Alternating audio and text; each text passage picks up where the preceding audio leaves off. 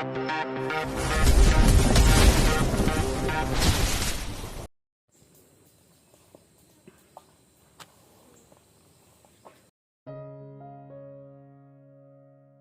35-39. Duda terpikat cinta sekretaris. Ya udah Ma, aku cari penghulu dulu ya, kalian nikah secara agama saja dulu, nanti baru disahkan di kantor gua. Ucap Ika dan Ber lalu pergi begitu saja tanpa menunggu persetujuan dari Stefan dan juga Rebecca. Ika, panggil Stefan tapi Ika tak menghiraukannya. Udahlah, ini juga demi kebaikan kalian juga, Mama juga senang kalau bisa melihat kamu menikah lagi di sisa umur Mama ini. Ucap Mama Brigita dengan raut wajah yang bahagia karena sebentar lagi Stefan akan menikah. Tapi Ma, apakah ini tidak terlalu terburu-buru? Menikah kan juga butuh persiapan dulu. Balas Stefan berusaha merayu Mama Brigita agar tidak jadi menikahkan dirinya dengan Rebecca. Sudahlah Stef, ini demi kebaikan kalian juga, Bril juga Mama yakin pasti dia akan bahagia kalau tahu Rebecca akan menjadi mamanya. Balas Mama Brigita. Tapi Ma, Mama ingin sebelum Mama meninggal melihat kalian menikah dulu. Potong Mama Brigita dengan wajah yang seduh. Mama jangan bicara seperti itu. Oke baiklah, Stefan akan menikahi Rebecca sekarang. Kelemahan Stefan adalah Mama Brigita, apapun akan dia lakukan asal itu yang terbaik buat Mama Brigita dan juga Bril. Terima kasih Nak, Rebecca sayang, kamu mau kan menikah dengan Stefan sebentar lagi? Tanya Mama Brigita kepada Rebecca yang diam membisu. Rebecca melirik Stefan, dan dia bisa melihat dari kode yang Stefan berikan itu menyuruhnya untuk mengiyakan apa yang Mama Brigita inginkan.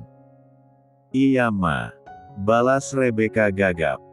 Terima kasih sayang, kamu memang calon menantu Mama yang baik. Mama yakin pasti setelah ini rumah tangga kalian akan selalu diberikan kebahagiaan. Doa Mama Brigita. Amin. Semoga saja ini memang jalan yang terbaik untukku. Batin Rebecca. Stefan izin mau ngomong berdua sama Rebecca boleh kan Ma? Mama tidak apakan kalau Stefan tinggal sendiri di sini. Izin Stefan. Iya silahkan, kalian juga pasti perlu membicarakan uang mahar kalian sebelum nanti Ika datang membawa penghulu. Balas Mama Brigita mempersilahkan. Stefan pun langsung menarik tangan Rebecca, dia membawa Rebecca keluar dari ruangan Mama Brigita. Yes, berhasil, sebentar lagi Rebecca akan menjadi menantuku juga. Senang Mama Brigita karena rencananya dengan Ika berhasil. Ya, sakit yang Mama Brigita alami itu hanya bohongan, nyatanya Mama Brigita sehat-sehat saja. Ini semua adalah ide dari Ika, karena Ika sangat tahu bagaimana Stefan kalau sudah menyangkut dengan kesehatan Mama Brigita. Dan benar saja, rencana yang mereka buat berjalan sangat lancar, tinggal menunggu akad nikahnya saja. Sementara itu di tempat Stefan, dia membawa Rebecca ke atap rumah sakit. Di sana keadaannya sepi, jadi aman kalau harus berbicara berdua di sana. Maaf Tuan, bagaimana ini? Perjanjian awal kita saya hanya akan menemani Anda makan malam saja, tapi kenapa harus berlanjut seperti ini? Apa tidak sebaiknya kalau Anda jujur saja kepada Mama Brigita? Ucap Rebecca kepada Stefan yang ada di depannya. Kau jangan gila.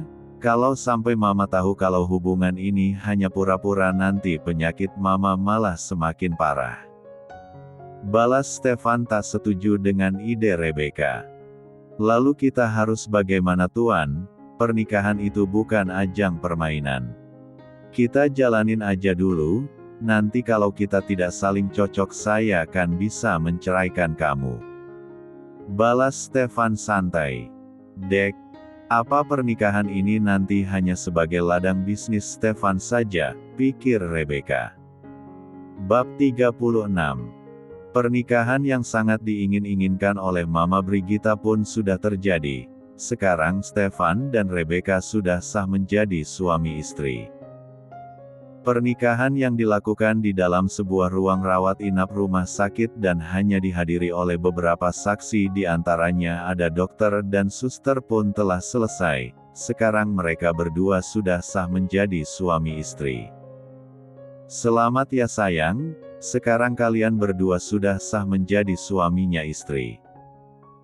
Stefan, Mama minta sama kamu jaga Rebecca baik-baik ya. Jangan mengulangi kesalahan yang sama lagi. Ingat, pasti akan ada penyesalan setelah apa yang kamu lakukan nanti, dan Mama yakin kamu pasti sudah belajar dari pengalaman yang pernah kamu alami. Ucap Mama Brigitta memberikan pesan agar Stefan tidak mengulangi kesalahan yang sama lagi. Yaitu tidak mencintai istrinya dengan baik dan berakhir penyesalan setelah ditinggal pergi oleh istrinya. Iya Ma, Stefan akan mencoba untuk menjadi suami yang baik serta kepala keluarga yang baik untuk Rebecca dan keluarga Stefan. Balas Stefan. Sayang, maafkan aku karena sudah mengkhianati kamu. Kamu tidak perlu khawatir, kamu akan tetap ada di dalam hati ini, di sebuah ruangan yang khusus aku persembahkan untuk kamu, batin Stefan. Stefan merasa bersalah karena sudah tidak setia lagi kepada almarhum istrinya. Dulu dia berpikir tidak akan menikah lagi, tapi nyatanya berbeda. Sekarang dia malah sudah menikah dengan sekretarisnya sendiri. Rebecca, Mama gak mau berpesan banyak-banyak sama kamu. Cukup sayangi dan cintai anak Mama dan cucu Mama, itu sudah cukup buat Mama. Mama yakin kamu pasti bisa merawat rumah tangga kamu dengan baik. Mama percaya sama kamu. Kini giliran Rebecca yang mendapatkan pesan-pesan dari Mama Brigitta. Iya Ma, Rebecca akan mencoba untuk menjadi istri serta ibu sambung yang baik buat Stefan dan Bril. Rebecca minta doanya sama Mama supaya rumah tangga Rebecca selalu diberikan kebahagiaan dan ketentraman. Balas Rebecca. Tanpa kamu minta, Mama setiap hari sudah pasti mendoakan anak-anak Mama agar diberikan yang terbaik untuk hidupnya. Balas Mama Brigitta. Kak selamat ya. Ika senang karena sekarang Kak Stef sudah menemukan pengganti Kak Bella. Ika minta sama kakak tolong perlakukan Rebecca, maksud Ika Kak Rebecca dengan baik. Ucap Ika memberikan ucapan dan pesan kepada Stefan. Iya terima kasih, kamu masih kecil gak usah sok begitu. Balas Stefan. Eits, jangan salah, gini-gini aku juga sudah menikah sama seperti Kak Stef. Balas Ika. Balas Stefan malas. Kak Rebecca, sekarang sudah menjadi kakaknya Ika. Ika boleh gak menganggap Kak Rebecca seperti kakak kandung Ika, soalnya Ika kangen banget sama Kak Bella. Ika pengen banget bisa punya teman curhat seperti teman-teman Ika yang pada curhat sama kakaknya. Ucap Ika kepada Rebecca.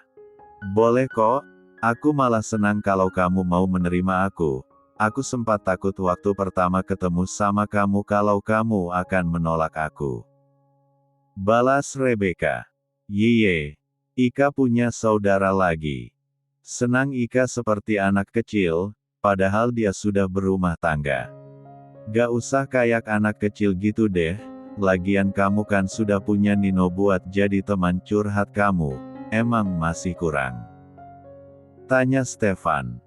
Itu kan beda Kak, curhat sama sesama perempuan itu lebih enak, apalagi kalau masalah tentang wanita. Balas Ika. Iya deh, terserah kamu saja. Ngalah Stefan. Mama Brigitta yang melihat keakraban anak dan menantunya itu pun merasa bahagia. Dia merasa tugasnya sudah selesai di sini.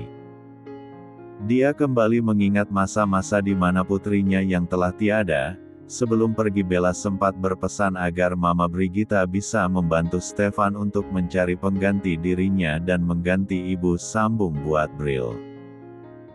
Bella juga menceritakan semuanya masa-masa hidup berumah tangga dengan Stefan. Awalnya Mama Brigita marah tapi Bella berpesan agar tidak pernah marah ataupun menyalahkan Stefan. Alhasil Mama Brigita pun tidak pernah marah kepada Stefan, hanya memberikan beberapa wejangan saja. Bab 37. Stefan membawa Rebecca pulang ke rumahnya. Dalam perjalanan pulang tidak ada pembicaraan di antara mereka berdua. Yang ada hanya keheningan yang menemani perjalanan pulang menuju rumah Stefan hingga sampai di depan rumah Stefan pun tak ada yang berbicara di antara mereka berdua. "Tante cantik!" teriak Bril yang sepertinya menunggu kedatangan Stefan. Bril langsung berlari dan memeluk Rebecca dengan erat karena saking senangnya ada Rebecca yang datang ke rumahnya.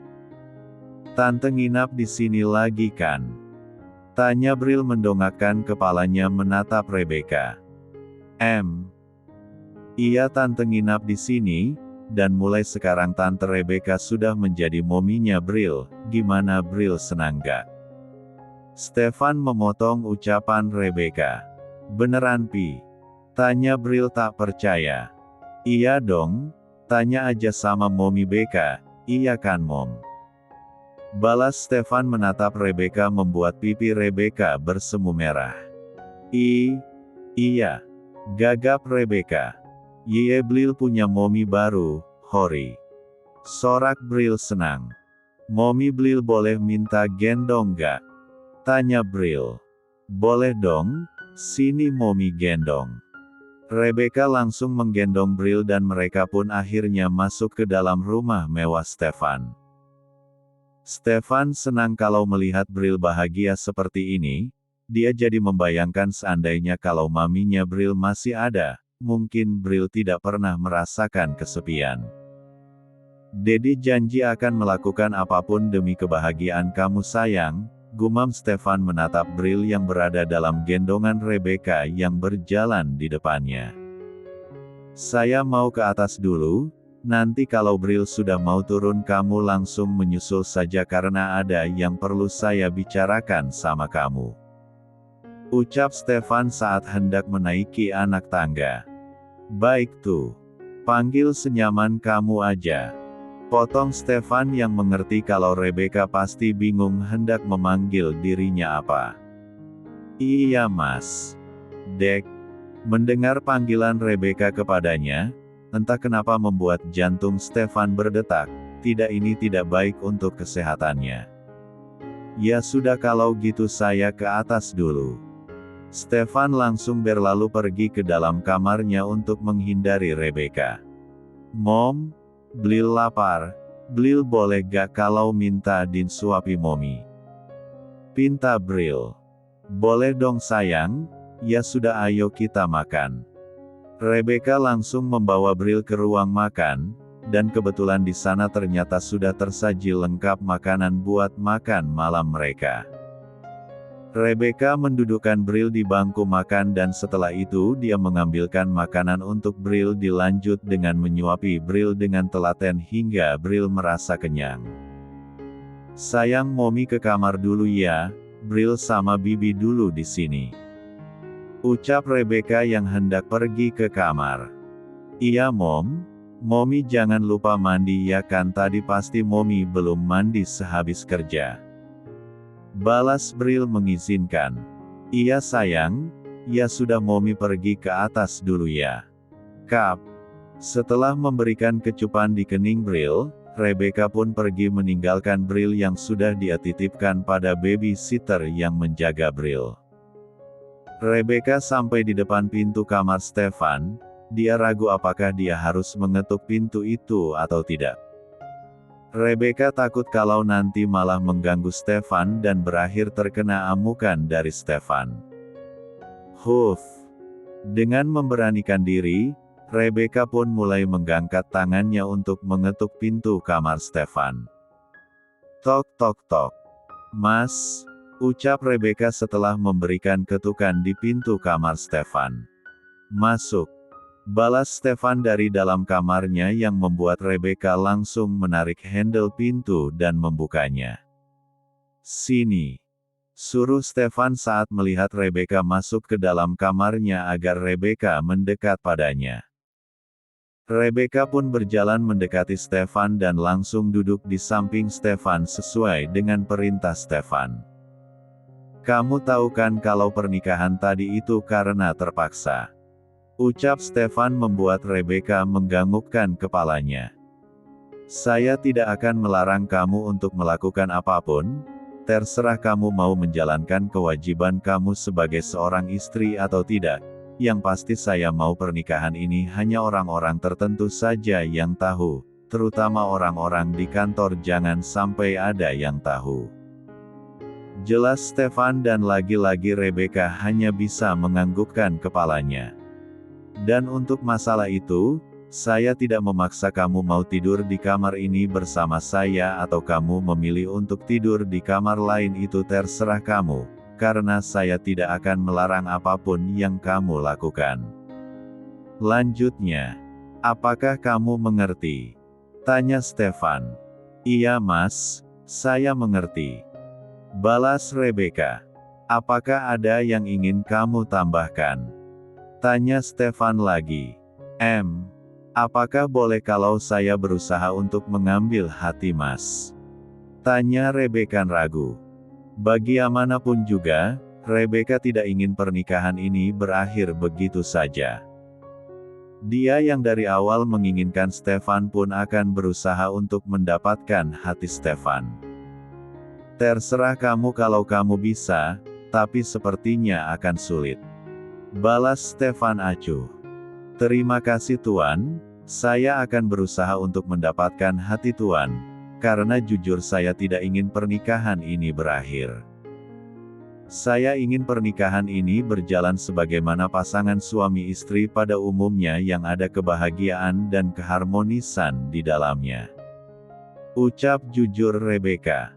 Stefan menarik bibirnya membentuk sebuah senyuman yang mengejek. Stefan sudah tahu. Emang siapa sih yang bisa menolak pesona Stefan? Bahkan mungkin ada orang yang baru melihatnya pun akan langsung terpesona dan terpikat olehnya. Maaf kalau saya lancang, tapi kalau Tuan tidak mengizinkan saya akan menjaga diri saya agar tidak melewati batas. Lanjut Rebecca yang melihat raut wajah Stefan. Terserah kamu saja. Lakukan apa yang ingin kamu lakukan, saya tidak akan melarangnya asal kamu bisa. Balas Stefan dan berdiri dari duduknya. Bersihkan diri kamu dan saya tunggu untuk makan malam di bawah. Ucap Stefan tanpa menatap Rebecca. Oh iya, pakaian kamu ada di lemari sebelah kanan, saya sudah menyiapkannya di sana. Lanjut Stefan dan setelah itu dia beneran pergi dari sana. Huff. Lega Rebecca setelah kepergian Stefan. Ayo Rebecca kamu pasti bisa, jangan sia-siakan kesempatan ini. Kamu dari awal sudah mengagumi Tuan Stefan maka di saat ada kesempatan emas seperti ini ayo manfaatkan dengan baik. Ucap Rebecca memberikan semangat pada dirinya sendiri untuk bisa mengambil hati Stefan.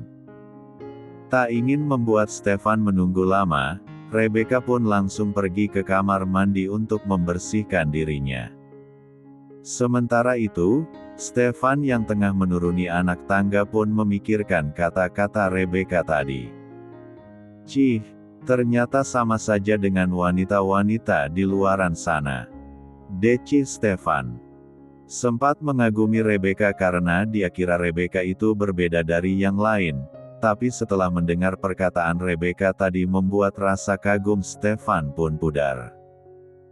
Coba saja kalau kau bisa mengambil hatiku, kalau kau bisa mengambil hatiku dalam waktu kurang dari 1 bulan, akan kupastikan aku akan menjadi orang yang paling bucin di dunia ini. Ucap Stefan dengan pedenya karena dia yakin Rebecca tidak akan mampu membuat dirinya jatuh cinta. Bab 38.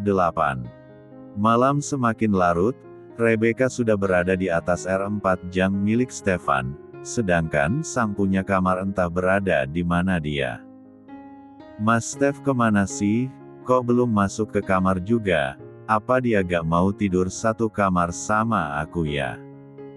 Tanya Rebecca pada dirinya sendiri. Drit drit drit. Handphone Rebecca yang dia letakkan di atas meja samping tempat tidur berbunyi. Rebecca pun segera mengambil handphonenya dan mengangkat panggilan telepon yang ternyata berasal dari Priscilia. Halo Prik. Sapa Rebecca setelah mengangkat panggilan telepon itu. Beka lo kemana sih dari tadi gue tungguin lu kok gak pulang-pulang, jangan bilang lu nginap lagi di rumah si duda itu. Cerocos Priscilia. Aduh sorry gue lupa kasih tahu lu, sepertinya gue gak akan balik lagi ke kontrakan deh. Hah kenapa? Kok gitu? Jangan bilang lu sekarang sudah jadi babysitter anaknya Tuan Stefan, tebak Priscilia. Bukan babysitter, tapi sekarang gue udah jadi istrinya Tuan Stefan, jelas Rebecca membuat Priscilia semakin kaget. Hah kok bisa? Lu jangan ngawur deh kalau ngomong, jujur sama gue kalau lu lagi mau ngeprank gue kan. Tak percaya Priscilia. Gue gak bohong Prik. Besok gue bakal jelasin semuanya sama lu. Sekarang udah malam gue mau tidur dulu bye. Tut. Rebecca langsung mematikan sambungan telepon dan menonaktifkan handphonenya agar Priscilia tak bisa menghubungi dirinya lagi. Bukannya menghindar tapi Rebecca mendengar ada langkah kaki yang mendekat ke arah kamar Stefan, dan Rebecca yakin pasti langkah kaki itu adalah milik Stefan. Rebecca takut nanti kalau dia tetap teleponan dengan Priscilia Stefan akan mengetahui pembicaraan mereka berdua, jadi alangkah lebih baiknya kalau dia mematikan sambungan telepon. Ceklek. Dan benar saja dugaan Rebecca kalau langkah kaki tadi adalah punya Stefan. Kau rupanya memilih tidur di sini daripada di kamar lain. Ucap Stefan saat melihat Rebecca sudah berada di atas ranjang miliknya. Iya mas, maaf kalau mas Stef gak suka aku bisa pindah ke kamar lain kok. Rebecca menurunkan kakinya hendak beranjak dari atas ranjang. Sudah tetap di sana saja, lagian saya juga membebaskanmu terserah mau tidur di mana. Balas Stefan membuat Rebecca mengurungkan niatnya untuk pindah kamar. Setelah itu tanpa mengatakan apapun lagi Stefan langsung pergi ke kamar mandi, sepertinya dia hendak mencuci tangannya dan bergotong gigi. Cih, aku tidak bakalan tergoda meskipun kau tinggal satu atap denganku setelah aku tahu sifat aslimu yang sama saja seperti wanita di luaran sana. Ucap Stefan setelah sampai di kamar mandi. Stefan menyelesaikan kegiatannya dan setelah selesai dia keluar dari kamar mandi mencari baju tidurnya di walk-in closet dan berganti baju di sana. Tenang Rebecca tenang, dia sudah menjadi suamimu jadi tidak ada lagi yang perlu kau takutkan. Gumam Rebecca agar dirinya tenang saat nanti tidur satu ranjang dengan Stefan. Ceklek. Pintu walk-in closet terbuka dan menampilkan Stefan yang keluar dengan memakai pakaian tidurnya yang berbentuk jubah. Glek. Rebecca menelan ludahnya kasar saat dia melihat dada bidang Stefan yang terlihat di antara jubah tidur yang Stefan kenakan. Saya tidur dulu nanti kalau kau mau tidur matikan lampunya. Ucap Stefan berbaring di samping Rebecca yang tengah duduk selonjoran di atas R4 Jang. Aku kira dia bakalan meminta jatahnya di malam pengantin ini, batin Rebecca. Padahal tadi Rebecca sudah menyiapkan dirinya, taunya malah Stefan cuek dan seolah tidak menganggapnya. Tak mau ambil pusing, karena dia juga sudah ngantuk juga, Rebecca pun mematikan lampu kamar menggantikannya dengan lampu tidur dan setelah itu dia merebahkan tubuhnya di samping Stefan. Bab 39. Pagi hari pun tiba, Rebecca bangun terlebih dulu daripada Stefan. Sebelum beranjak dari tempat tidur, Rebecca memanfaatkan waktu untuk memandangi wajah tampan Stefan yang masih tertidur nyenyak. "Kamu ganteng banget sih, beruntung banget aku bisa mendapatkan kamu. Tapi akan lebih beruntung lagi kalau aku bisa mendapatkan hati kamu juga," gumam Rebecca dengan suara yang lirih agar tidak mengganggu tidur Stefan. Setelah merasa puas, Rebecca pun beranjak pergi ke kamar mandi untuk mencuci wajahnya, dan setelah itu dia berlalu pergi ke dapur untuk memasak makanan buat sarapan pagi mereka. "Selamat pagi, Bi," sapa Rebecca kepada pembantu yang kebetulan ada di dapur. "Selamat pagi juga, Nyonya," balas pembantu itu. "Nama Bibi siapa biar nanti aku enak memanggilnya?" tanya Rebecca yang memang belum mengetahui nama-nama orang-orang yang ada di dalam rumah Stefan. "Nama saya Ijah, Nyonya," jawab pembantu itu yang ternyata bernama Bi Ijah. "Salam kenal ya Bi Ijah," balas Rebecca ramah.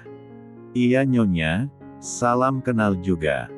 Saya seneng Tuan Stefan bisa mendapatkan istri yang baik seperti Anda," balas Bi Ijah memuji Rebecca. "Bibi bisa aja, saya orangnya biasa aja kok, gak baik-baik banget." "Tidak Nyonya, saya melihat Anda itu orang yang berbeda.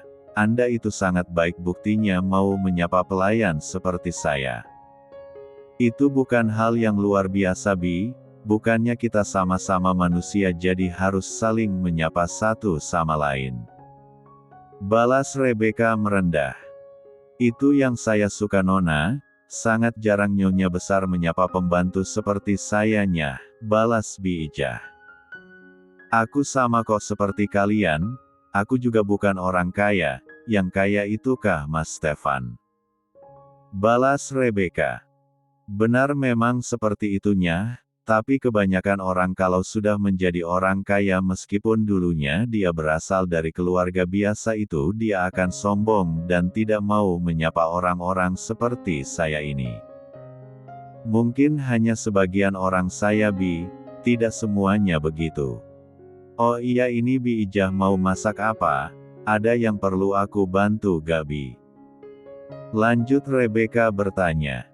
"Ini saya mau masak makanan kesukaan Tuan sama Nona kecilnya.